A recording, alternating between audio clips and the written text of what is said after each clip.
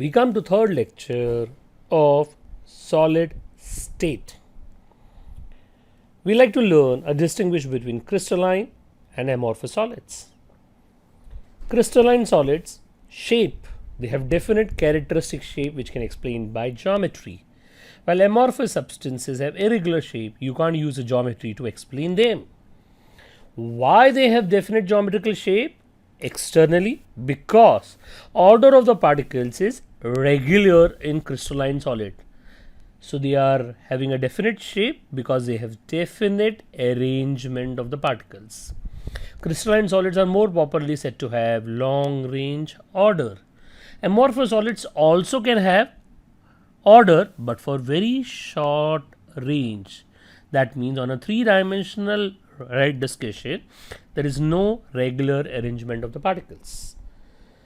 Crystalline solid hence are called as true solids, while amorphous solids are hence called as pseudo solids, jhute solids, supercooled solids. Supercooled liquids. Another property shown by substances, isotropy and isotropy. Crystalline solids may or may not be isotropic. That means in general answer anisotropic. General answer anisotropic. We are aware from previous lecture ionic solids are anisotropic while cubic metallic solids are isotropic. General answer anisotropic. While amorphous solids are isotropic like liquids. If you have forgotten what is isotropic and isotropic means they have same physical properties in all directions. Anisotropic means they have different physical properties in different directions. Now, properties further. Heat of fusion. Imagine you take 1 gram of crystalline solid. It has X particle. You take 1 gram of crystalline solid from another part, which is also 1 gram. It will also have X particles. Imagine it requires Y joules of heat to melt. This also will require Y joule of heat to melt. That means whether I take 1 gram from any part of the crystalline solid, it will have same amount of heat. So same definite heat of fusion. Why so? Because intermolecular distance here and the intermolecular distance here is of the same type. That means intermolecular forces are of same type. Now imagine same discussion you do it for amorphous solid. If I take 1 gram of amorphous solid, it has X particles. I take 1 gram of amorphous solid from another part, it also has X particles. Mole concept cannot go wrong. 1 gram will always have same number of particles. But if it is requiring Z joule of heat to melt, this will require W joule of heat to melt. Why it requires different heat to melt? Because the intermolecular distance here and the intermolecular distance here is not the same. That means intermolecular forces are of different, although they belong to the same substance of amorphous solid. That means they do not have definite heat of fusion. Crystalline solids have same heat of fusion everywhere, definite heat of fusion, while amorphous solids do not have definite heat of fusion. Another property, melting point. Melting point, they have sharp melting point, that's fixed, while they melt over a range, so they do not have sharp melting point, do not have definite melting point. If you happen to cut a crystalline solid, you will find there are sharp edges. But if you happen to heat an amorphous solid, you will have irregular edges, irregular edge. Why so? Because in crystalline solids, the arrangement of the particle is very systematic. So imagine you cut it, then you will have a plane surface. While in amorphous solids, there is irregular arrangement of the particles. And if you try to cut it with a knife cannot penetrate through atom or molecule. Knife will go through intermolecular space. And if you see, right, if it goes through intermolecular space and it is irregular in arrangement, it will have irregular edge where it is cut. So they will have irregular cleavage, they will have regular cleavage. They will give you a plane surface, they will give you irregular surface.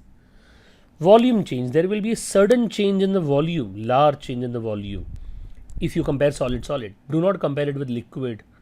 if you compare among solids, they will have sudden change in the volume, while they will have less or no sudden change in the volume. Interfacial angles. If you see an angle here, you'll find angles are specific angles are there, alpha, beta, and so on. I repeat, if this is a cubic solid, then there is a specific angles. But if you check here, we can't discuss an angle only here because there is not a plane surface. So we say they possess interfacial fixed angles. They do not possess interfacial fixed angles. For board exam, if you want to write down, preferably write down the first 6 points. We repeat again what we said just now. Shape. They have definite characteristic shape. Crystalline solids, they don't have definite characteristic or regular shape. Order of the particles, systematic arrangement of the particles, long range order. Unsystematic irregular order, short range order. Nature, they are true solids, they are pseudo solids or supercooled liquids. Isotropy and anisotropy. Crystalline solids in general are anisotropic, while amorphous solids like liquids, they are isotropic. Heat of fusion, definite heat of fusion. They do not have definite heat of fusion, amorphous solids. If you go to next, melting point, they have definite melting point called a sharp melting point. Like benzoic acid, in the previous lecture we learned it melts at 122.3 degrees Celsius. 122.3, that's fixed sharp melting point. While glass melts from 1400 to 1600 degrees Celsius, that means it melts over a range. That means no definite melting point. Next, if you cut a crystalline solid, they will have a proper plane cleavage. If you cut an amorphous solid, they will have irregular cleavage. Volume change, they will have sudden change in the volume. If you compare among solids, they will have no sudden change in the volume if you compare among solids. Interfacial angles, they possess interfacial angles specifically because you are able to see they have a regular geometry, while they do not possess interfacial angles because they don't possess a regular geometry. Now, whatever we have learned, based on this, there is a small worksheet for us to learn and understand. You can keep paper and pen ready. First question that we have for true false. Amorphous substances have long arrangement of the particles. In your notebook, write down true or false. Crystalline substances don't have sharp melting point. Please write an answer. On cutting a crystalline substance, we have sharp edge. Say whether it's true or false. On melting, there is a sudden drop in volume for crystalline solids. Next, fifth question. Sodium chloride is isotropic. Copper metal is anisotropic. Please go through these questions again in your notebook with a pen. Write down true or false.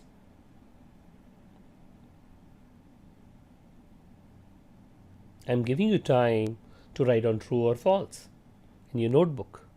Think, analyze, and write.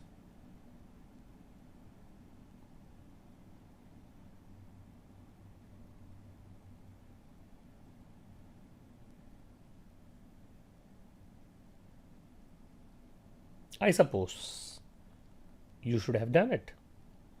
We'll check the answers. Amorphous substances have long arrangement of particles. The answer is false. They have short range arrangement of the particles. Crystalline substances don't have sharp melting point. False again because they have sharp melting point. Example, benzoic acid that we learned. On cutting crystalline substances, we have sharp edges. Answer is yes, it's true. On melting, there is a sudden drop in volume of crystalline solids. That answer is also true. Next, sodium chloride is isotropic. That is false because it is anisotropic. Physical properties measured in this direction and physical property measured in this direction are different. Copper metal is anisotropic. That's false because copper metal is isotropic. if you measure physical properties in this direction, measure in this direction, measure in this direction, all the physical properties are same. Such substances are called as isotropic.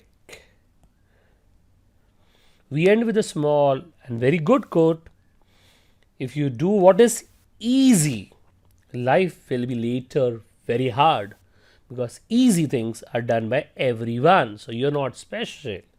But if you do something which is hard, life will be easy, because you will be very selected few, right, who will be able to do such a kind of a job. So you'll be in high demand. The quote is, if you do what is easy, that means everyone in the world is able to do. For you, life will be hard, because you will become a common person. But if you do what is hard now, life will be easy later. Thank you all. Thank you all, friends, to listen the solid state lecture number 3, and I'll meet you soon. Thank you. We come to third lecture of solid state. We like to learn or distinguish between crystalline and amorphous solids. Crystalline solids shape, they have definite characteristic shape which can explain by geometry. While amorphous substances have irregular shape, you can't use a geometry to explain them. Why they have definite geometrical shape? Externally, because order of the particles is regular in crystalline solid. So they are having a definite shape because they have definite arrangement of the particles. Crystalline solids are more popularly said to have long range order. Amorphous solids also can have order, but for very short range. That means on a 3-dimensional discussion, there is no regular arrangement of the particles. Crystalline solid hence are called as true solids, while amorphous solids are hence called as pseudo solids, jhute solids, supercooled solids. Supercooled liquids. Another property shown by substances, isotropy and isotropy. Crystalline solids may or may not be isotropic. That means, in general answer, anisotropic. General answer, anisotropic. We are aware from previous lecture, ionic solids are anisotropic, while cubic metallic solids are isotropic. General answer, anisotropic. While amorphous solids are isotropic like liquids. If you have forgotten what is isotropic and isotropic means they have same physical properties in all directions. Anisotropic means they have different physical properties in different directions. Now, properties further. Heat of fusion. Imagine take 1 gram of crystalline solid. It has X particle. You take 1 gram of crystalline solid from another part, which is also 1 gram. It will also have X particles. Imagine it requires Y joules of heat to melt. This also will require Y joule of heat to melt. That means whether I take 1 gram from any part of the crystalline solid, it will have same amount of heat. So it's same definite heat of fusion. Why so? Because intermolecular distance here and the intermolecular distance here is of the same type. That means intermolecular forces are of same type. Now imagine same discussion you do it for amorphous solid. If I take 1 gram of amorphous solid, it has X particles. I take 1 gram of amorphous solid from another part, it also has X particles. Mole concept cannot go wrong. 1 gram will always have same number of particles. But if it is requiring Z joule of heat to melt, this will require W joule of heat to melt. Why it requires different heat to melt? Because the intermolecular distance here and the intermolecular distance here is not the same. That means intermolecular forces are of different, although they belong to the same substance of amorphous solid. That means they do not have definite heat of fusion. Crystalline solids have same heat of fusion everywhere, definite heat of fusion, while amorphous solids do not have definite heat of fusion. Another property, melting point. Melting point, they have sharp melting point, that's fixed, while they melt over a range, so they do not have sharp melting point, do not have definite melting point. If you happen to cut a crystalline solid, you will find there are sharp edges. But if you happen to heat an amorphous solid, you will have irregular edges. Irregular edge. Irregular edge. Why so? Because in crystalline solids, the arrangement of the particle is very systematic. So imagine you cut it, then you will have a plane surface. While in amorphous solids, there is irregular arrangement of the particles. And if you try to cut it with a knife, knife cannot penetrate through atom or molecule. Knife will go through intermolecular space. And if you see, right, if it goes through intermolecular space and it is irregular in arrangement, it will have irregular edge where it is cut. So they will have irregular cleavage, they will have regular cleavage. They will give you a plane surface, they will give you irregular surface. Volume change, there will be a sudden change in the volume, large change in the volume. If you compare solid, do not compare it with liquid. If you compare among solids, they will have sudden change in the volume, while they will have less or no sudden change in the volume. Interfacial angles, if you see an angle here, you will find angles are specific angles are there, alpha, beta and so on. I repeat, if this is a cubic solid, then there is a specific angles. But if you check here, we can't discuss an angle only here because there is not a plane surface. So we say they possess interfacial fixed angles. They do not possess interfacial fixed angles. For board exam, if you want to write down, preferably write down the first 6 points. We repeat again what we said just now. Shape. They have definite characteristic shape. Crystalline solids, they don't have definite characteristic or regular shape. Order of the particles, systematic arrangement of the particles, long range order. Unsystematic irregular order, short range order. Nature, they are true solids, they are pseudo solids or supercooled liquids. Isotropy and anisotropy, crystalline solids in general are anisotropic, while amorphous solids like liquids, they are isotropic. Heat of fusion, definite heat of fusion. They do not have definite heat of fusion, amorphous solids. If you go to next, melting point, they have definite melting point called a sharp melting point. Like benzoic acid, in the previous lecture we learned it melts at 122.3 degrees Celsius. 122.3, that's fixed sharp melting point. While glass melts from 1400 to 1600 degrees Celsius, that means it melts over a range. That means no definite melting point. Next, if you cut a crystalline solid, they will have a proper plane cleavage. If you cut an amorphous solid, they will have irregular cleavage. Volume change, they will have sudden change in the volume. If you compare among solids, they will have no sudden change in the volume if you compare among solids. Interfacial angles, they possess interfacial angles specifically because you are able to see they have a regular geometry, while they do not possess interfacial angles because they don't possess a regular geometry. Now, whatever we have learned, based on this, there is a small worksheet for us to learn and understand. You can keep paper and pen ready. First question that we have for true false. Amorphous substances have long arrangement of the particles. In your notebook, write down true or false. Crystalline substances don't have sharp melting point. Please write an answer. On cutting a crystalline substance, we have sharp edge. Say whether it's true or false. On melting, there is a sudden drop in volume for crystalline solids. Next, fifth question. Sodium chloride is isotropic. Copper metal is anisotropic. Please go through these questions again in your notebook with a pen. Write down true or false.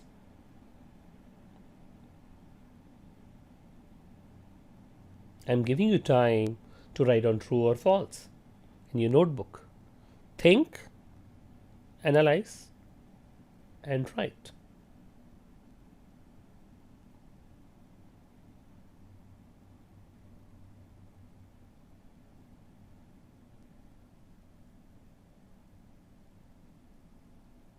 I suppose you should have done it. We'll check the answers. Amorphous substances have long arrangement of particles. The answer is false. They have short range arrangement of the particles. Crystalline substances don't have sharp melting point. False again because they have sharp melting point. Example, benzoic acid that we learned. On cutting crystalline substances, we have sharp edges. Answer is yes, it's true. On melting, there is a sudden drop in volume of crystalline solids. That answer is also true. Next, sodium chloride is isotropic. That is false because it is anisotropic. Physical properties measured in this direction and physical property measured in this direction are different. Copper metal is anisotropic. That's false because copper metal is isotropic. If you measure physical properties in this direction, measure in this direction, measure in this direction, all the physical properties are same. Such substances are called as isotropic. We end with a small and very good quote. If you do what is easy, life will be later very hard because easy things are done by everyone. So you're not special. But if you do something which is hard, life will be easy because you will be very selected few, right, who will be able to do such a kind of a job. So you'll be in high demand. The quote is, if you do what is easy, that means everyone in the world is able to do. For you, life will be hard because you will become a common person. But if you do what is hard now, life will be easy later. Thank you all. Thank you all friends to listen the solid state lecture number 3, and I'll meet you soon. Thank you. Hello student friends. Learning chemistry is enhanced by solving and relearning. This can be achieved by doing chemistry worksheets on regular basis. Today we are doing one of this worksheet based on electronegativity. First, we like to understand the basic. Here is the electronegativity values that you are supposed to by heart for 10+2 related entrance examination. Now there are two ways of remembering electronegativity. First, remember the first period. All the electronegativity values have a difference of 0.5, starting with lithium. If lithium is 1.0, add 0.5, you will get beryllium 1.5. Right? Add 0.5, you will get boron. And so on. The carbon will be accordingly 2.5, nitrogen will be 3.0, oxygen will be 3.5, fluorine will be 4.0. That is the first period of the periodic table can be remembered starting with lithium as 1.0 and fluorine as 4.0. You are all aware metals have very low electronegativity values as shown by lithium and sodium, and non-metals show high electronegativity values, right? Generally the higher ones shown by halogens, oxygen, nitrogen. Second period, difference in electronegativity value is 0.3 up to phosphorus, starting with sodium. Sodium is 0.9, add 0.3, you will get 1.2. Add 0.3, you will get aluminium as 1.5 and 1.8 and 2.1. Sulfur is slightly different. You can remember it increases by 0.4 and chlorine increases by 0.5. If you want to remember sequential manner, sulfur is 2.5, chlorine is 3.0.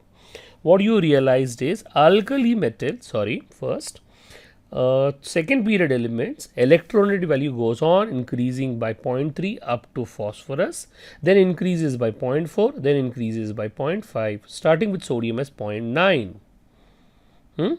Now what next? You can remember hydrogen and phosphorus have same electronegativity value of 2.1, and you can also remember carbon, sulfur and iodine have same electronegativity value of 2.5. That's the other ways of remembering them. that which are similar one, carbon, sulfur and iodine, and hydrogen, phosphorus are similar with 2.1. Alkali metals have very low electronegativity value of 0.7, 0.8, 0.9 and 1.0, hardly a difference of 0.1, and halogens have electronegativity value of 4.0, 3.0, 2.8, 2.5. This is first format of remembering electronegativity values. There is a second format of remembering electronegativity value. You can consider that as a trick also. So first four values are remembered as FONCL, and you can remember as if you are saying phone call. You can remember as if you are saying phone call, and you can remember 0.5 rupees. Now that's a trick. You can remember fluorine is highest 4.0 with a difference of 0.5. That's how we correlate as 0.5, 3.5 and then again 3.0.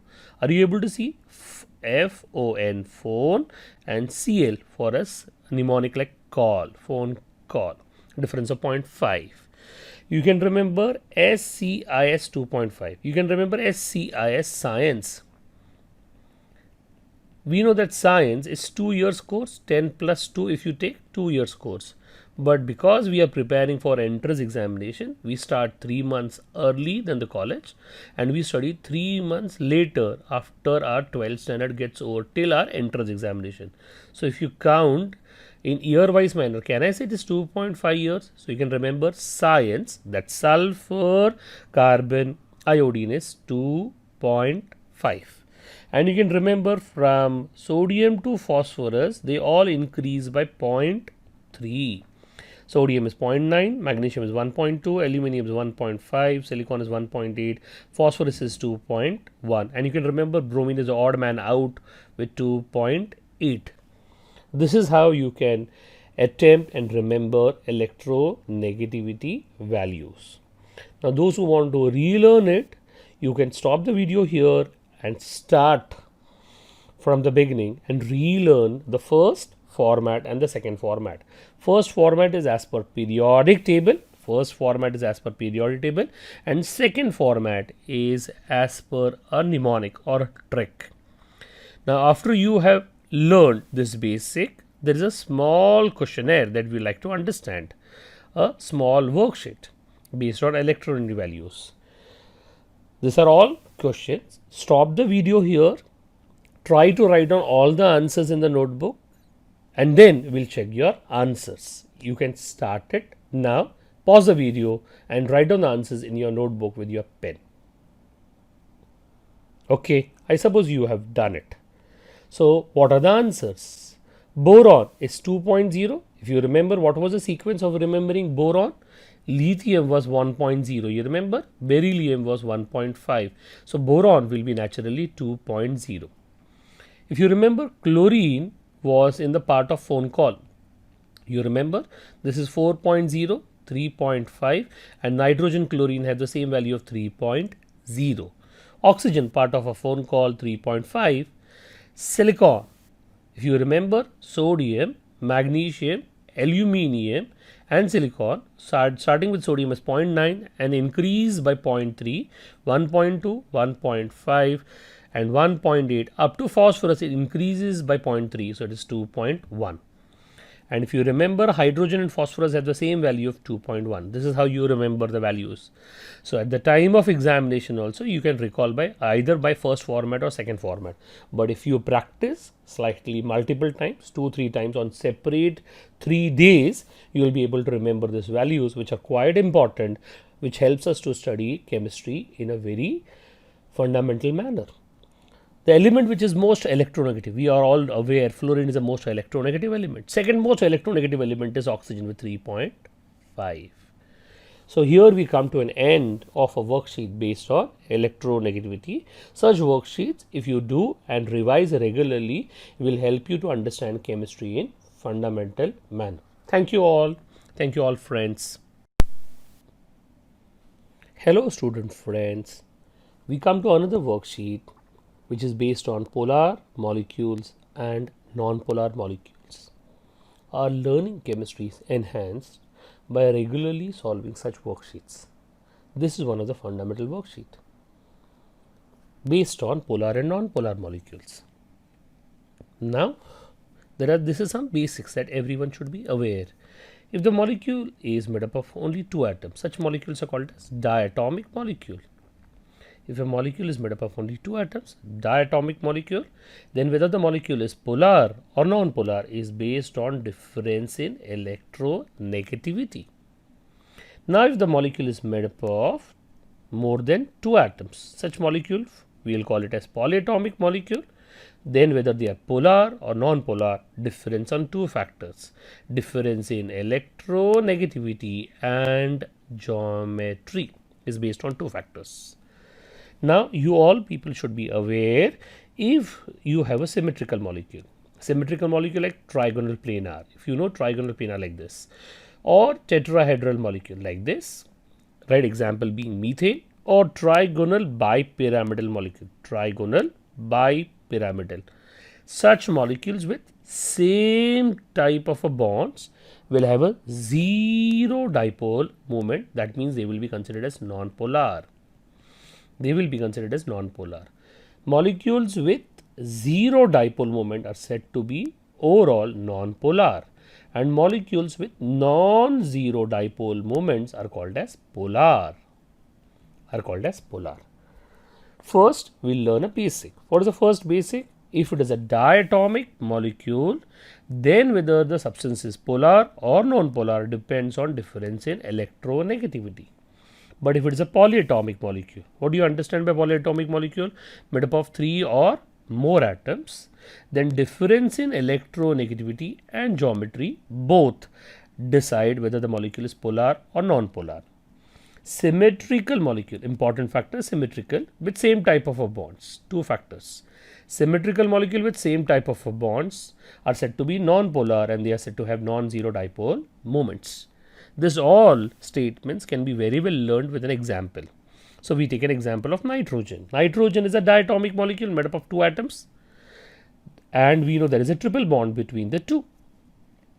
Now, it is made up of same electronegativity. The electronegativity of nitrogen is 3.0. This is also 3.0 because both are same atoms. Then the molecule is said to be non-polar. Now, you go to another diatomic molecule, hydrogen chloride, HCl, made up of a smaller atom hydrogen and a bigger atom chlorine. We know electronegativity value of hydrogen is 2.1, chlorine is 3.0. There is a difference in electronegativity of 0.9. That means chlorine will attract electrons more towards itself. It will pull bonding electron more toward itself and will carry a partial negative charge. Because of virtue of partial negative charge on the chlorine, there will be a partial positive charge on the hydrogen. You can see this is an electron cloud diagram. The electron cloud has been shown more on the chlorine and less on the hydrogen. Therefore, chlorine is said to be delta minus and hydrogen is said to be delta plus. What you are able to see, there are charges, and because of these charges, we will have a dipole moment. Whenever there is a plus q charge and a minus q charge separated by distance of L, there will be a electric dipole moment. In chemistry, that electric dipole moment is shown in the direction of more electronegative atom. So, there will be electric dipole from hydrogen to chlorine, and in this case the dipole moment will be non-zero and the molecule is said to be polar.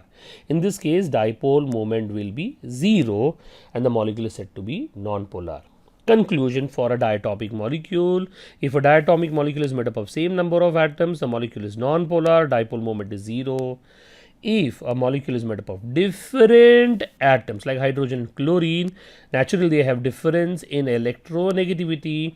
Because of that, they will have partial charges. Because of this partial charges, they will have net dipole moment, and such molecule which have net dipole moment are said to be polar.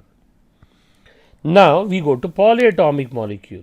Polyatomic molecule made up of 3 or more atoms.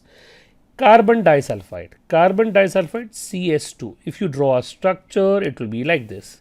That means carbon has 2 sigma bonds and 2 pi bonds. Carbon with 2 pi bond is said to be sp hybridized. Sp hybridized carbon is linear. So if you see the diagram, it has been shown linear. Central one is carbon and these two are sulfur. Now carbon and sulfur electronegativity value is 2.5 and 2.5. But sulfur, the second decimal place is more than the carbon second decimal place. That means sulfur has small negative charge and the carbon by virtue of this will have small positive charge. Similar logic on this, carbon will have small positive charge, sulfur will have small negative charge. That means there will be a small dipole moment in the direction of sulfur, there will be a small dipole moment in the direction of sulfur. If you add the two dipole moment, the dipole moment will be 0. The dipole moment will be 0. So in a polyatomic molecule, each bond was slightly polar, but the net dipole moment was 0 because a dipole moment is a vector quantity and therefore added geometrically. If you add geometrically, it comes out to be 0 because they have same type of a dipole moment in this direction, same amount of dipole moment in this direction, and added to the together, therefore it is 0. Therefore the overall molecule is said to be non-polar. If you go back and see if it is a molecule is symmetrical, this is a symmetrical molecule with same type of a bonds, then the dipole moment is 0 and the molecule is said to be non-polar. If you see boron trichloride, BCl3, this is boron central, this is chlorine, this is chlorine, this is chlorine. Now we know boron and chlorine have different electronegativity values, and chlorine is more electronegative than for delta minus and boron is delta plus. Chlorine is more electronegative delta minus and boron is delta plus. Same here, boron is delta plus and chlorine is delta minus. That means each bond is polar. That means there is a dipole moment in each bond, and if you remember, dipole moment is shown in the direction of more electronegative atom. The dipole moment is shown in the direction of more electronegative atom, and the dipole moment is shown in more electronegative atom. This is boron. If I show it, the dipole moment is in this direction, dipole moment is this direction, dipole moment is this direction with a bond angle of 120 degrees. Now if you add vectorially a dipole moment with a bond angle of 120 degrees, then the net dipole moment is found to be 0. That means boron trichloride is also overall non-polar. Each bond is polar, but the overall molecule is non-polar. If you go back, shape like trigonal planar is said to be symmetrical. It is a symmetrical with same type of a bonds, therefore the dipole moment is 0. Same is a discussion for carbon tetrachloride, BCl4. Carbon at the center, chlorine are at the tetrahedral shape. Here also each bond is polar and there is a dipole moment in the direction of chlorine, but overall dipole moment is 0. That means the molecule is non-polar. Imagine in place of CCl4, somebody would have done chloroform. In chloroform, the shape is again tetrahedral, not a perfect tetrahedral because all the atoms are not of the same type. Hydrogen is different. Molecule is still tetrahedral, not perfect tetrahedral. There will be a dipole moment in the direction of chlorine here, and there will be a dipole moment in the direction of carbon because carbon is more electronegative than hydrogen. But if you check, all the dipole moments are as if looking in the similar directions. Therefore, the net dipole moment is not 0. And it is said to be polar. What you are able to realize? The right molecule is almost like symmetrical, but the same type of a bonds doesn't exist. So if the bonds are of different types, CH bond is of a different type, then the dipole moment overall is not 0 and the molecule becomes polar. Similarly, pentagonal bipyramidal is a symmetrical shape. Octahedral, that square bipyramidal, is also a symmetrical shape. Imagine if the molecule is linear, boron trichloride like trigonal planar, tetrahedral, pentagonal bipyramidal and octahedral with the same type of a bond, then the molecule is said to be overall non-polar with 0 dipole moment. If the molecule is symmetrical like but with different set of a bonds, then the dipole moment is not 0 and the molecule is said to be polar. Now those who want to understand it, stop the video here and again start from the beginning and try to relearn whatever we have done it before we go to the next worksheet. So there is a worksheet for us where we have to decide whether these molecules are polar or non-polar. Suggestion: use your information of nature of chemical bond, Decide the geometry of triatomic molecule. Decide the geometry of triatomic molecule based on nature of chemical bond logic of deciding the geometry, and based on that decide whether the molecule is polar or non-polar. You can pause the video here, work out, and then check the answers. So all of you are going to try now, I feel. Okay, we come to the answers. First answer, dihydrogen is a diatomic molecule. Is a diatomic molecule, same type of atoms, therefore it will be non-polar. Dipole moment will be 0. Dioxygen, oxygen, oxygen with a double bond. Oxygen, oxygen with double bond with the same type of atoms. Again the molecule will be non-polar, dipole moment will be 0. If you see carbon dioxide, it is a triatomic molecule. You can use basic of sigma bonds and pi bonds to know the shape. It is made up of 2 sigma bonds and 2 pi bonds. A carbon with 2 pi bond is said to be sp hybridized, and if it is sp hybridized, it is linear. So it is a linear. Carbon here is delta plus, oxygen is delta minus by virtue of its electronegativity. Here also carbon is delta plus and oxygen is delta minus. That means each bond is polar. Each bond is polar. But the dipole moment will be 0 and carbon dioxide will be called as non-polar. Again, it is a symmetrical molecule. Linear is symmetrical with the same type of a bonds. Dipole moment will be 0. If you see carbon monoxide is a molecule with a double bond and there is a coordinate bond to complete its octet. Now carbon should be delta plus, oxygen should be delta minus. If you see its electron diagram, then carbon has 4 electrons. Oxygen around itself has 6 electrons. So oxygen will share 1 electron with carbon, 1 electron with carbon. By doing that, oxygen's octet is complete. But what you are able to realize, carbon has only 6 electrons. So to achieve carbon's octet, oxygen donates its lone pair of electron and forms a coordinate bond, also known as dative bond. In formation of coordinate bond, oxygen doesn't loses anything because it is still sharing electrons. So if you check, oxygen has still 8 electrons. 1, 2, 3, 4, 5, 6, 7, 8. It has 8 electrons. So octet of oxygen is also completed and carbon is also completed. But what you are able to realize, electrons from oxygen has been shifted to carbon. Because electron from oxygen has been shifted to carbon, the carbon's positive charge actually gets cancelled by virtue of coordinate bond. So that means in carbon monoxide almost there are no charges. If there are no charges, the molecule is said to be almost non-polar. In chemistry it is reported with 0 dipole moment, almost.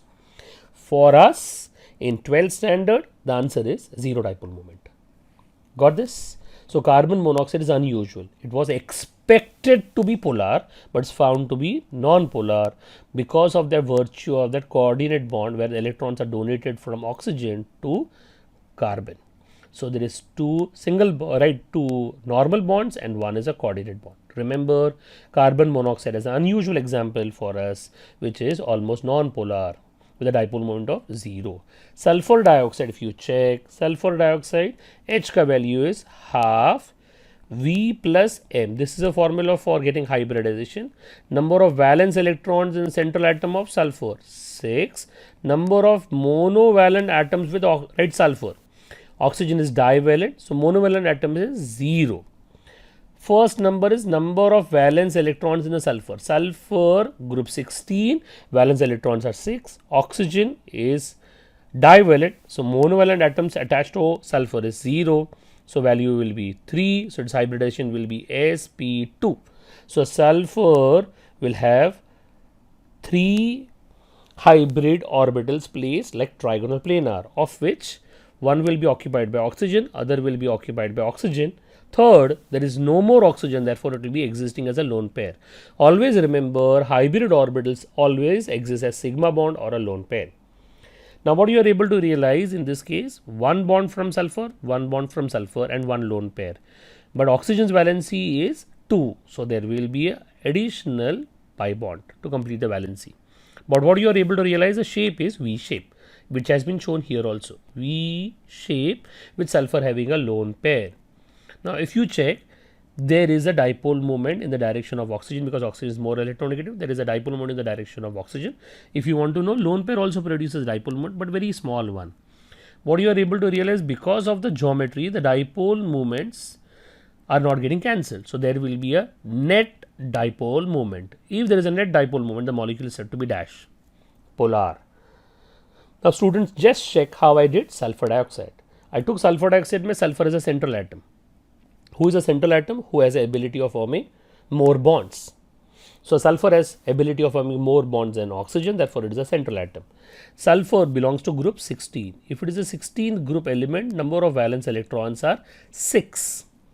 So, number of valence electrons are 6, which is V for valence electron, and number of monovalent atoms attached to the central atom is 0. Therefore, H ka value is 3. Therefore, hybridization is sp2. Therefore, sulfur will have 3 hybrid orbital around itself. One of them will be used to form a sigma bond with oxygen. Other will be used to form sigma bond with oxygen. Third will be actually lone pair. That means, before drawing a pi bond only, we were aware sulfur dioxide will be V shape. A molecule which is V shape, it is not symmetrical, will have a net dipole moment, and therefore the molecule will be polar.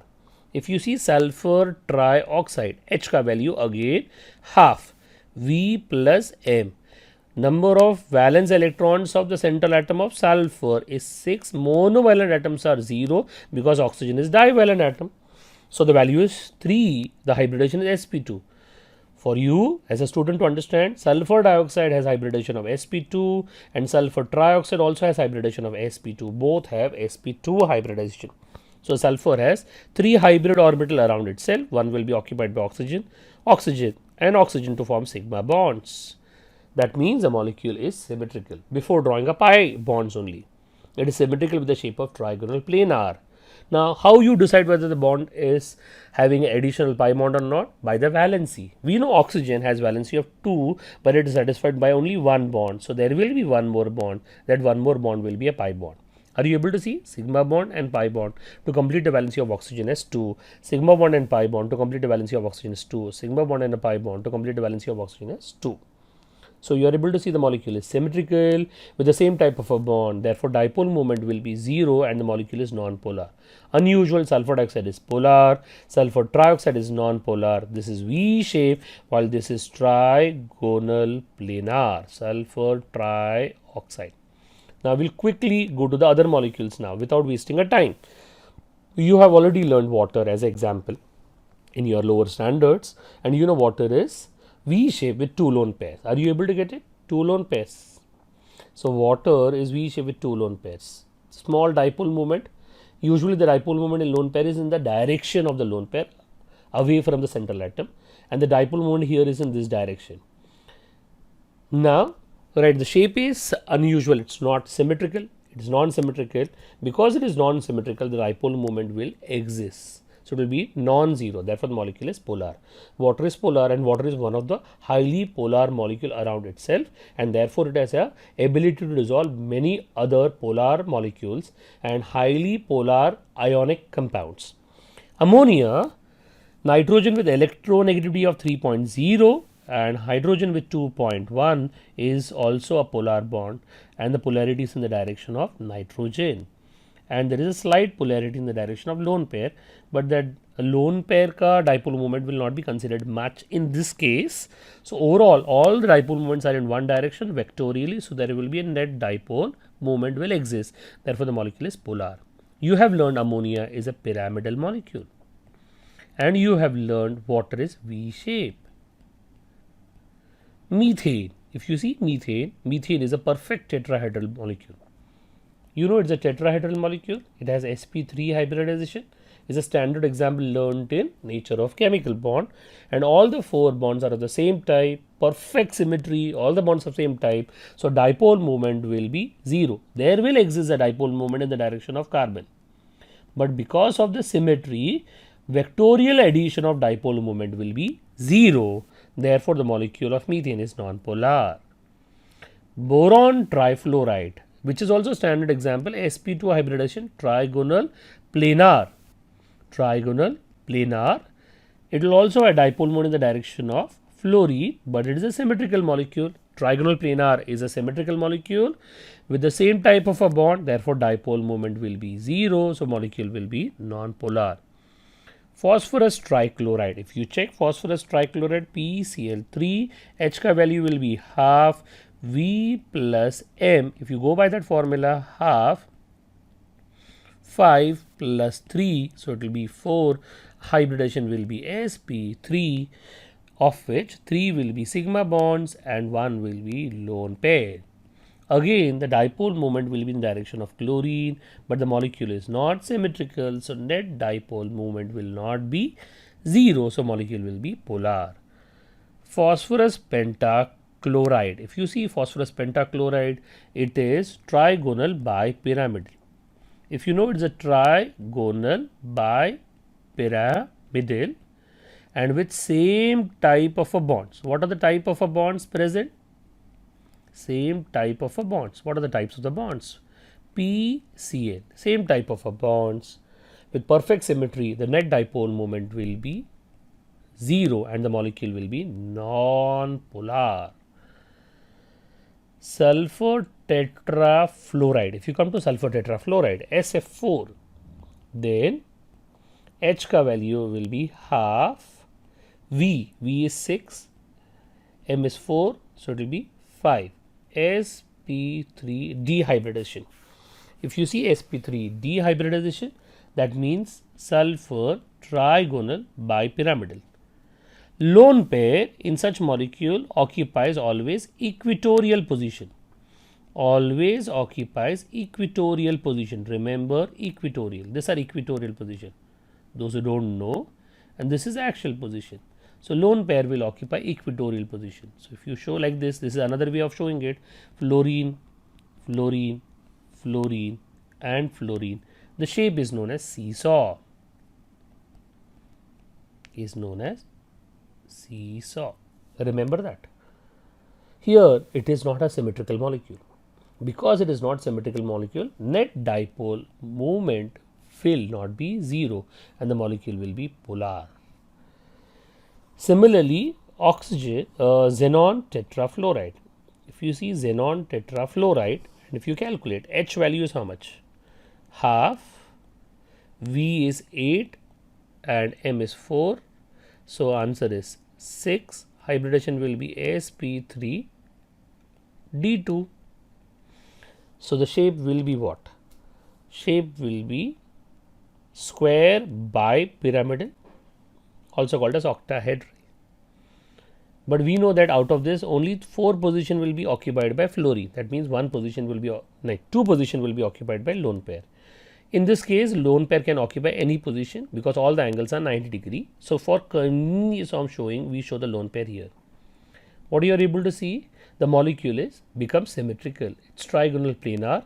Lone pairs are cancelling each other, and the symmetry of the molecule is also allowing the dipole moment to get cancelled. So net dipole moment will be 0. So molecule will be non-polar. Xenon tetrafluoride molecule will be non-polar. We go to the next molecule, xenon oxydifluoride. If you see xenon oxydifluoride,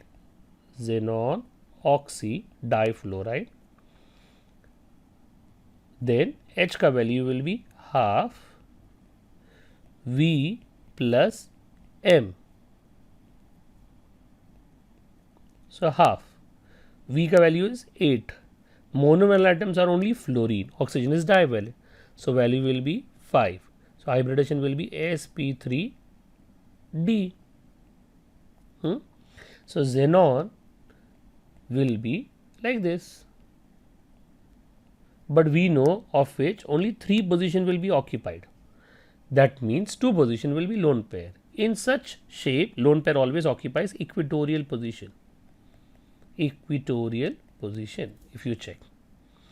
So if you check, the molecule has now become T shape. T shape is not a symmetrical molecule. Those who have forgotten what are symmetrical molecules? Linear, trigonal planar, tetrahedral, then trigonal bipyramidal, octahedral. They are all symmetrical molecules. This is not symmetrical. Because it is not symmetrical, dipole moment will not be 0 and the molecule will said to be polar. Thank you all. to listen so carefully, and please go through it again to understand it very well. And we'll stop here. Thank you all. Hello student friends. So today we come to next section of the chapter solid state, and we learn different types of crystalline solids. Crystalline solids are classified into four categories: ionic solids, covalent network solids, molecular solids, and metallic solids. Of which we come to the first category, ionic solids. We come to first category, that's ionic solid. Now, right, if you see the first picture, you will be able to see NaCl. Second picture also, you will be able to see NaCl, how it exists in the nature. And the third is NaCl, how we consume in our day-to-day life as a powder. The fourth and the fifth pictures are very interesting about sodium chloride, also known as table salt. You are able to see in this picture smaller sphere is nothing but Na plus, which is nothing but shown by blue color sphere, and the green color sphere is Cl minus ions, chloride ions. What you are able to see here, the picture tells you about in 1 nanometer you can have so many red particles, so many particles in 1 nanometer length. Okay, now if you go by, that means 1 or 2 particles in 1 or 2 particles in 0.1 nanometer. And in 1 nanometer you can have approximately 10 to 12 particles. Na plus is a blue color sphere and the Cl minus is a green color sphere. You are able to see they are compactly arranged. Entire arrangement is very, very compact, tightly fitted. Now if you see another diagram also tells you the same, small, right, the grey color sphere of Na plus and the green color sphere of Cl minus. And here also you are able to see they are compactly arranged, sodium chloride. Now, right here you are able to see that the entire arrangement is made up of ions. Now, such a type of solid where the entire arrangement is made up of ions is called as ionic solid or ionic crystal. Now, this is a picture that you should draw in your theory exam for an ionic crystal, because drawing the above pictures will be very difficult. If your constituent particles are ions, then it's called as ionic solids. Now, in ionic solids, naturally you will have two types of ions. One will be cation and other will be anion. Cation will be smaller, anions will be larger. Cations are generally smaller because they have lost electrons, anions are usually larger because they have accepted electron. The same was a logic if you remember in Na plus and Cl minus. Na plus was smaller because it has lost electrons during its cation formation, and Cl minus ions were larger because they had accepted electron during this sodium chloride formation. Now, how are these ions held? That's the immediate question comes to our mind. They are held by electrostatic force. You can call them as Coulombic forces also, right? Obeyed by or obeying Coulomb's law between cation and anion. Now, what are they? Are they hard or soft? They are found to be hard. When somebody says it is hard, right? If you try to put a knife and you allow the knife to go through it, it's very difficult for knife to go through it. Therefore, it is hard. If knife can easily go through it, it is called as soft. They are brittle also. What do you mean by brittle? If you allow them to fall from the certain height, as soon as they touch the ground, they break into smaller particles, just like glass. Delicate glass, not the glass that we use in now our mobile phones, right, which are very, very strong. We are talking about the delicate glass, the otherwise used for making beaker, conical flask and so on. It's brittle. As soon as it touches the ground from certain height, it breaks into or shatters into small pieces. Now, if you take solid sodium chloride, and you put electrodes in it,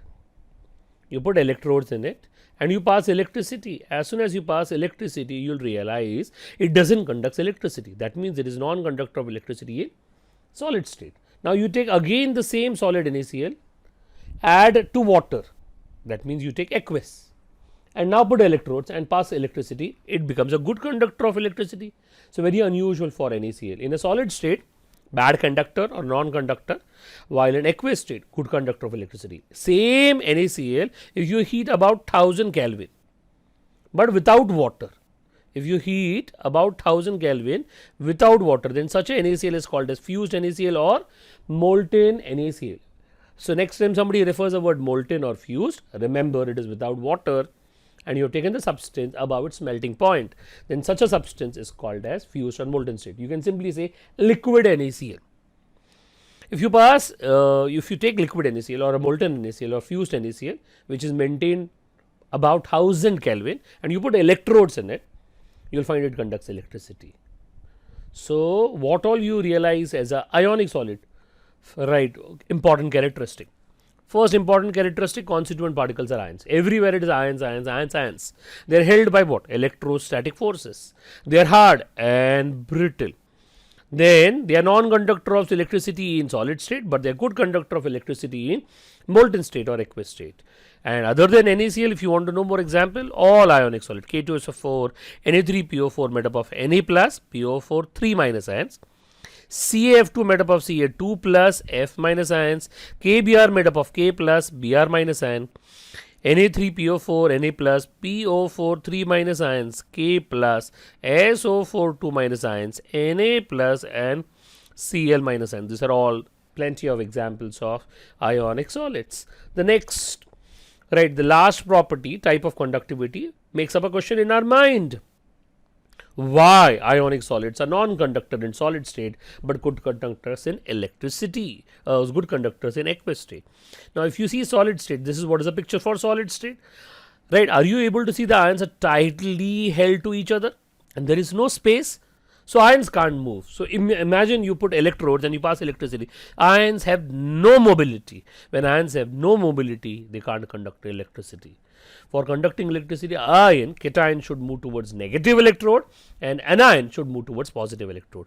In solid NaCl, they are so tightly fit that they will have no mobility and ions will have no movement, so no conductor of electricity. You got this? So, this is what happens in solid state. Ions are tightly packed, they have no mobility, therefore they don't conduct electricity. But if you take aqueous NaCl, you will find Na plus and Cl minus separated by water. So, as soon as you put electrodes in it and you pass electricity, you put electrodes in it and you pass electricity, what you will realize? What you will realize? Cl minus from all the way from one end can travel to the other end because it has mobility. Na plus ions also can similarly travel to the other electrode and will bring about necessary reactions. So, these are all characteristics of ionic solids. So, at this moment we will stop here. In the next part we will be learning with covalent solids. Hello student friends, again we come back to the next type of a solid, covalent network solids, under the topic of solid state. So, I am Santosh Yadav sir speaking and teaching you all covalent network solid. Example, diamond. You all know diamond being a precious metal and naturally one of the hardest substance around. You all have learned the structure of diamond in your lower standards. You all know that there is a carbon, and carbon is in turn attached to each other throughout. Are you able to see carbon is attached to each other throughout? So, they is tetrahedrally present with a bond angle of 109 degrees 28 minutes and it is sp3 hybridized. What you are able to realize, everywhere there is covalent bond, everywhere there is covalent bond. Now, if you take diamond as an example, right, one of the very good example to learn covalent solid, you will realize in covalent network solid, constituent particles are atoms and they are held mainly by covalent bonds. They are hard as a nature and they cannot be compressed. You are already aware diamond naturally hardest substance in the world, the highest naturally hardest substance in the world. Type of a conductivity, they are non-conductors of electricity in solid state even in molten or fused state. You all know that their aqueous state cannot be formed. So, we talk about in molten state. There are more examples for covalent solids. Diamond is one, graphite, quartz, which is also called as SiO2, silicon dioxide, boron nitride, carborundum, which is also called as silicon carbide, Now, you have seen diamond and we have learned diamond. We can similarly learn in diamond, Everywhere there are carbon atoms, sp3 hybridized, and they have one type of a bond, covalent bond. Always try to keep a track of it. Again, if I want to say covalent network solid, constituent particles are importantly atoms, and the main bonds which can keep them together is covalent. Therefore, the word covalent solid network, because you are able to see it's as if there is a long network of all these atoms together. They are hard, incompressible, they don't conduct electricity in solid state or even in fused state or a molten state. You know fused state, molten state, if you take a solid and heat it above its melting point. Graphite, as soon as you talk about graphite which is used in making lead pencil comes to our mind. Remember, lead pencil doesn't contain lead, they contain graphite. In olden days, they were myrite containing lead, but now in modern times, they are made up of graphite. You are all aware, graphite is also made up of carbon. It's an allotropic form of a carbon, like diamond. Everywhere carbon is present, and there is a covalent bond. Are you able to see there is a covalent bond? Everywhere there is a covalent bond. This is a covalent bond. So, everywhere there is a covalent bond. Everywhere. At least in one plane, everywhere there is a covalent bond. And this carbon is sp2 hybridized and makes up in a hexagonal plane. Same graphite shown as an hexagonal plane. You are able to see as if there is an infinite hexagonal plane, plane 1, and there is hexagonal plane, plane 2, and there is hexagonal plane 3, and such planar arrangement is present throughout graphite. Between this plane and this plane, they have weak forces keeping them together. What are those weak forces which keep them together called as? They are called as van der Waals forces, shown here. So, the two planes are held by what? These two planes are held by van der Waals forces. So, in graphite you have two type of a bond. Which are the two type of bonds? Covalent bond and van der Waals force. Two type of a bond. Covalent and van der Waals force. But what is the main type of a bond? Covalent bond. That was graphite, which is also an example of covalent solid, because constituent particles are atoms and the main bond is covalent bond. Another example of covalent solid, quartz. Quartz is nothing but SiO2, silicon dioxide, which makes up sand also. But sand is an amorphous form of SiO2, while quartz is a crystalline form of SiO2. This is how SiO2 appears in nature after polishing. Same quartz is used to keep this hands together. This hands, this is one hand, another hand, and this hands. They are all placed on the crystal of quartz and gives us this precise arrangement to this type of watches. Therefore, this type of watches are popularly called as quartz watches. Now, if you see structural arrangement, then you will find silicon surrounded by 4 oxygen atoms. 4 oxygen atoms. And oxygen surrounded by 2 silicon atoms. Are you able to see 2 silicon atoms around oxygen? So, silicon surrounded by 4 oxygen and oxygen surrounded by 2 silicon. And this entire arrangement goes on repeating. What type of a bond is present? The bond present here is covalent bond. Again, you are able to see constituent particles are atoms and the main type of a bonds are covalent bond. Therefore, the solid is called as covalent solid. So, SiO2 crystalline form called as quartz. SiO2 crystalline form called as quartz is also a covalent network solid. We go to another, boron nitride. Boron nitride, if you see, you will find boron and nitrogen alternately present and the bonds are double, single, double, single, double. You all are aware boron nitride popularly called as inorganic benzene. Here we have shown only 2 such rings. Here many such rings are shown as if they are making up a polymeric chain. What you are able to see, it appears as if like a graphite, but only changes now it is made up of boron and nitrogen. If you see the same, you will be able to see that makes up this entire plane. So, plane 1 is made up of first such ring, plane 2 is made up of this. What you are able to realize, it's like exactly like a graphite only. Throughout there is a covalent bond in one plane, and between the plane, which is what type of force is present between the plane. This dotted line is which type of bond? Van der Waals forces.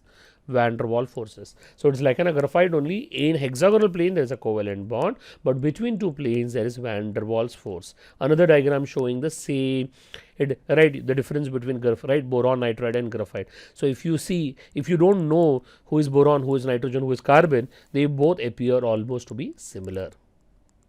Where they are made up of planes are made up of hexagonal rings, and between two planes there is a van der Waals force. Boron nitride is another example of covalent network solid. Carborundum. Carborundum is also the hardest substance, but artificially prepared. It's not naturally occurring, right? If those who want to know what is its formula, silicon carbide, SiC, where you will be able to realize this is silicon, this is carbon, this is carbon, and silicon. Then carbon is in turn attached to what? Silicon. It is attached to silicon. It is attached to silicon. Structure is not appropriate, is attached to silicon. So carbon is attached to 4 silicon and silicon is attached to 4 carbon, and such type of arrangement goes on repeating. It's like a diamond only. Only thing is, right, in diamond everything was carbon. In silicon carbide everything is not carbon, it is silicon and carbon. Silicon carbide is lesser hard than diamond. Diamond is more harder than this silicon carbide. So silicon carbide, carborundum is another example for it. So those who want to know comparative study, here is a comparative study. Diamond made up of only carbon. Silicon carbide called as carborundum is made up of silicon and carbon, and SiO2 made up of silicon and oxygen, also a tetrahedral arrangement. And graphite, you know, it's hexagonal planes. Here it doesn't looks like hexagonal planes, but is in hexagonal planes. Tetrahedral, and hexagonal planes as a smaller skeleton. So this is the end of the discussion of covalent network solid. Thanks all of you. For you again, Santosh Yadav. The next section of solid state, we are doing types of solids. Under that, the section called as molecular solids. Solid carbon dioxide made up of individual carbon dioxide molecules. Solid chlorine made up of individual chlorine molecules. Solid methane made up of individual methane molecules. Now, when you see all these diagrams, some questions should come to your mind. What are those questions that should come to your mind? They are, what are the constituent particles? That means whether they are atoms, molecules, ions or something else. Then, what type of forces keeps these particles together? Then, although we learn under them solid, are they really solid at room temperature? You are aware how carbon dioxide exists around us. Chlorine, if you have heard, is yellowish green gas. Methane, if you have learned in the alkane chapter, is also a gas popularly known as biogas. I suppose you have started thinking about it. What type of forces are present? Molecular solids, characteristic of molecular solids. Constituent particles are nothing but molecules. That molecules can be monatomic or it can be polyatomic. They can be polar, they can be non-polar. They are held by weak forces, right, categorized as van der Waals forces, weak intermolecular van der Waals forces. They are soft in nature, that means you can easily cut them and have low melting point. That's the reason they are solids only at low temperature. They are solids only at low temperature. That low temperature can be minus 20, minus 30, minus 40. Most of the substances are gases at room temperature. So, if you remember from the previous slide, we learned carbon dioxide, chlorine, methane, they are all gases at room temperature. Types of conductivity, they don't conduct electricity. So, they are non-electrical conductors. They don't conduct electricity in solid state, and even they don't conduct electricity in molten or fused states, and they are popularly known as insulators. Certain solids, like example HF, can be a poor electrical conductors in molten state. Example of molecular solids: solid chlorine, solid hydrogen, solid carbon monoxide, solid carbon dioxide, solid HF, solid helium, solid neon. These are all examples. Are you able to see helium and neon are monatomic? and all remaining examples are at least diatomic or polyatomic. And you know all these examples are actually gases at 25 degrees Celsius. So, what do you realize? Molecular solids, although they are learned under solids, they are actually gases. But if you really want to learn their intermolecular forces, then one of the best state to learn intermolecular forces is solid state. So, this all gases are converted to solid and learned under the chapter called as solid state. Molecular solids are further classified into polar molecular solids, where molecules are made up of, or molecules are polar. Then non-polar molecular solids, where molecules are non-polar or they have very low polarity. Then hydrogen bonded molecular solids, which have hydrogen bonding in them. Coming to the next part of discussion, molecular solids. How many types of solids we have learned? We have learned they are polar, non-polar and hydrogen bonded. So, if you check, polar molecular solids are made up of polar molecules, non-polar molecular solids are made up of non-polar molecules, and hydrogen bonded molecular solids are made up of polar molecules which have HF, OH and NH. Intermolecular forces present in polar molecules. For that, see an example. Example of polar molecule can be sulfur dioxide. There can be other examples of polar molecular solids like HCl. You are aware, if you take HCl, that is delta plus and delta minus. If you take one more HCl, that also has delta plus and delta minus. What type of forces are present? They are dipole force, and we know, right, all molecules in the world have London force. You can add London force also, but the main type of force present is dipole force. So, polar molecular solids have dipole force. Example, sulfur dioxide. If you know sulfur dioxide, it is V shape in the molecule. This is two sulfur dioxide molecules shown. This is delta minus, this is delta plus. Between them there will be a dipole force. Non-polar molecular solids, example hydrogen, another example chlorine, another example O2. So, if you take oxygen double bond oxygen double bond oxygen, they do not have charges, but because of electronic movement, certain molecule part can become delta minus and certain can become delta plus. Because of electronic movement, such charges are developed. Such a type of a dipole is called as temporary dipole. So, what type of dipoles are present in non-polar molecules? Temporary dipoles. So, there will be an electrostatic force of attraction keeping these molecules together. Such a type of electrostatic force of attraction is called as London force, which is due to dash dipole. Which dipole we said? Temporary dipole. Why temporary dipole is present? Due to electronic movement. Hydrogen bonded molecular solid, example HF, another example water, another example ammonia. Then if you take one HF molecule and another HF molecule, they are polar with delta plus and delta minus, with delta plus and delta minus. There will be electrostatic force of attraction. Such a electrostatic force of attraction is called as dipole force. When the dipole force becomes strong, when dipole force becomes strong, it is called as dash hydrogen bonding.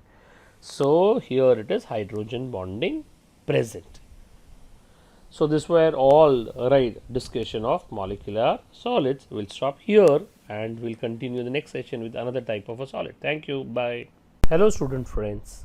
So, we come to the next part of the discussion of solid state. In the last class, we see all different types of solid state based on constituent particles. They are of four types: molecular solids, which are further ionic solids, metallic solids, covalent solids, and you are knowing molecular solids are further of three types: non-polar molecular solids, polar molecular solids, and hydrogen bonded molecular solids. So, four types of solids. Now, we try to learn more details about them. So, we like to learn so many parameters in a comparative manner. Molecular solids are non-polar, which have which type of forces? London forces or dispersion forces. Dispersion forces are very weak forces, making these solids soft. So, examples are, you can have example like neon, which is monatomic solid, argon, which is also monatomic solid, non-polar CCl4 due to tetrahedral geometry. You already know oxygen is made up of same type of atoms, so naturally will be non-polar. Carbon dioxide is also non-polar because of its geometry. All these are non-polar, all of this are non-polar, and therefore they have weak forces called as London forces or dispersion forces. Therefore, they are found to be soft. When somebody says soft, you can easily cut through with the help of knife. Knife can easily pass through. Then they are insulators. They don't conduct electricity because they don't have free electrons. All the electrons are already engaged in the bond, or they are strongly held by an atom, and naturally they will have very low melting point because they are involving very weak London forces. Second category of molecular solids, polar molecular solids. What type of forces are present? Dipole forces. Dipole forces are stronger than London forces. Next, right, who all are examples? All examples are polar compounds which don't have HF, HO, and HN type of a bonds. Even these are soft. All molecular solids in general are soft. They are also insulator because all the electrons are involved in either bond formation or they are strongly held. They also have low melting point. Now, a third category, hydrogen bonded molecular solids. What type of force is present in them? Hydrogen bonding. Hydrogen bonding is stronger than London force and even stronger than dipole force. Who all examples are there? All those examples where you have HO bond, HF bond, HN bond, they all will be coming under category of hydrogen bonded molecular solids. They also are soft, that means you can easily cut with the help of a knife. Electrical conductivity, insulator, and they also have low melting point. In general, all molecular solids are soft, insulator, and have low melting point. Therefore, most of them are room temperature gases. Most of them at room temperature exist as gases, and rarely some of them are present as liquids. Rarely, generally they are present as gases. That was a discussion of one type of solid called as molecular solids. Coming to the next category, ionic solids. Ionic solids are made up of ions. Electrostatic forces are present. Electrostatic forces are very strong forces, even stronger than London force, stronger than dipole force, stronger than even hydrogen bonding. They are one of the very strong forces of chemistry. Example are NaCl, which is made up of Na plus, Cl minus, magnesium oxide Mg2 plus, oxygen O2 minus, Zn2 plus, sulfide S2 minus, and similarly calcium 2 plus and fluoride ions. They are hard but brittle. What do you mean by brittle? If you allow them to fall from some height, they will break into smaller fragments. What do you mean by the word hard? If you allow a knife to cut through it, knife will find it very difficult. But why knife is finding it very difficult to cut? Because electrostatic forces are very strong, particles are very close, so empty spaces are very less. When you cut, right, with the help of knife go through empty spaces of solid. Here empty spaces will be less, therefore knife will find it very difficult to pass through, therefore hard. Electrical conductivity, insulators in solid state but conductors in molten or aqueous state. But why insulator in solid state? Because in solid state they hardly have any mobility. But why they are conductor in aqueous or molten state? Because in aqueous and molten state ions get separated and therefore they are responsible for conduction of electricity. They have very high melting points. In reality they exist as solids. Next category, metallic solids. Metallic solids are made up of kernels surrounded by sea of electrons. Now, this electron, sea of electrons, is also called as delocalized electron, and you know positive ions are also called as kernels. What type of bonding is present? It is also an electrostatic force, but it has a specialized name called as metallic bonding. This is also electrostatic force, but there is no specialized name. Therefore, we continue using the word electrostatic forces. Naturally, all metals will come under the category of metallic solids. Right, they are hard but malleable and ductile. That means when you hit it with a hammer, you can convert them into a plate or you can draw them into wires. When you convert them into plate, malleable. When you draw them into wire, ductile. They are conductors in solid state as well as in molten state because their conductivity is due to free electrons. They have high melting point. So, their melting points are high, quite high, right, higher than most of the ionic solids too. Another category of solid, the last category, covalent solids, also called as network solids. They are made up of atoms bonded by covalent bonds. So, if they are made up of atoms bonded by covalent bond, then they are called as covalent solid or network solids. Example, diamond. Another example, graphite, quartz, silicon carbide, aluminium nitride. They are all by nature hard, and they are insulator because all the electrons are engaged in bonding except graphite, which is the only conductor of electricity as an example. And they are right. Who is soft? Soft is graphite. That's the only example. Graphite is soft and it is a conductor of electricity. Remember, melting point, they have very high melting point comparable to that of metallic solids. So, that was for you summary and comparison of all different type of solids. So, we will stop here. Thank you. Hello student friends. So, now we will come to a worksheet based on types of solids. You are aware types of solids are molecular solids, metallic solids, ionic solids and covalent solids. And you know molecular solids are for the three types: polar molecular solids, non-polar molecular solids and hydrogen bonded molecular solids. Try to do this exercise with name A, identify the type of solid. And when you identify its molecular, ionic, metallic or covalent, and if there is any subcategory, like in molecular solid there are subcategories: polar molecular solids, non-polar molecular solids and hydrogen bonded molecular solids, please specify. So, pause the video here and try to write down this answer in your book. Hope that you have solved it and we will verify your answers. Solid helium is non-polar because it is non-polar. It is an example of non-polar molecular solid. Solid nitrogen is made up of N triple bond N. So, equal distribution of electron, therefore, it is non-polar. So, it is example of non-polar molecular solid.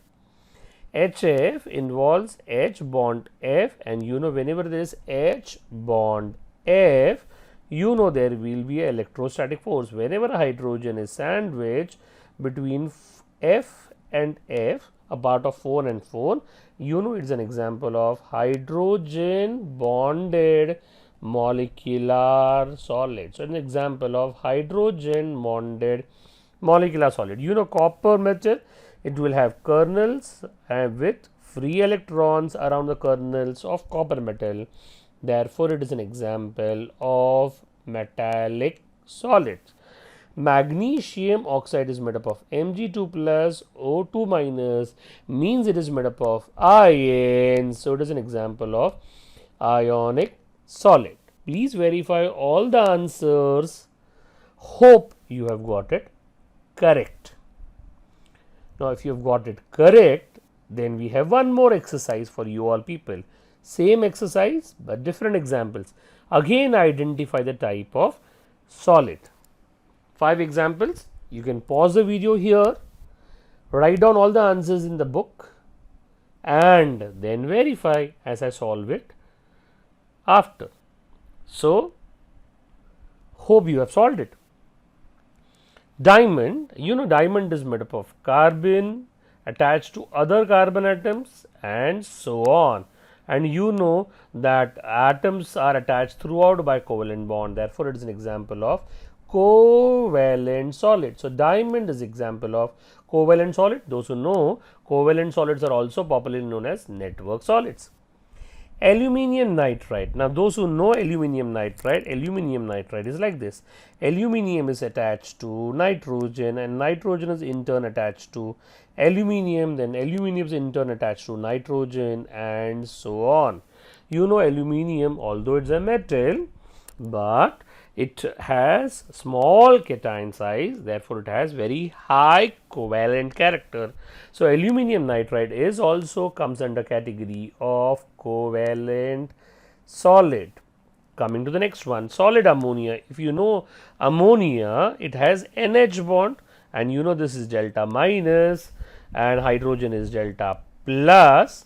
So, you know there will be an electrostatic force when hydrogen is sandwiched between N and N, that is nitrogen. Such a type of solid is called as hydrogen bonded molecular solids. So, ammonia is an example of hydrogen bonded molecular solid.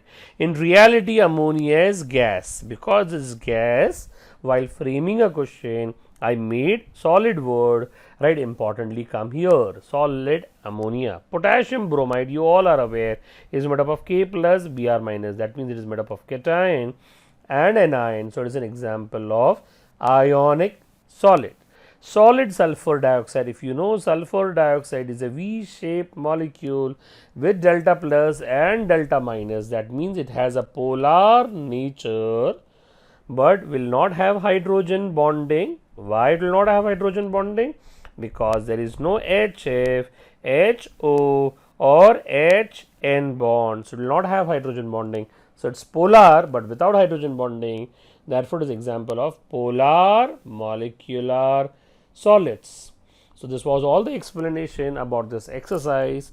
Hope you have got the answers correct. So, we will stop here only. Thank you all. Bye.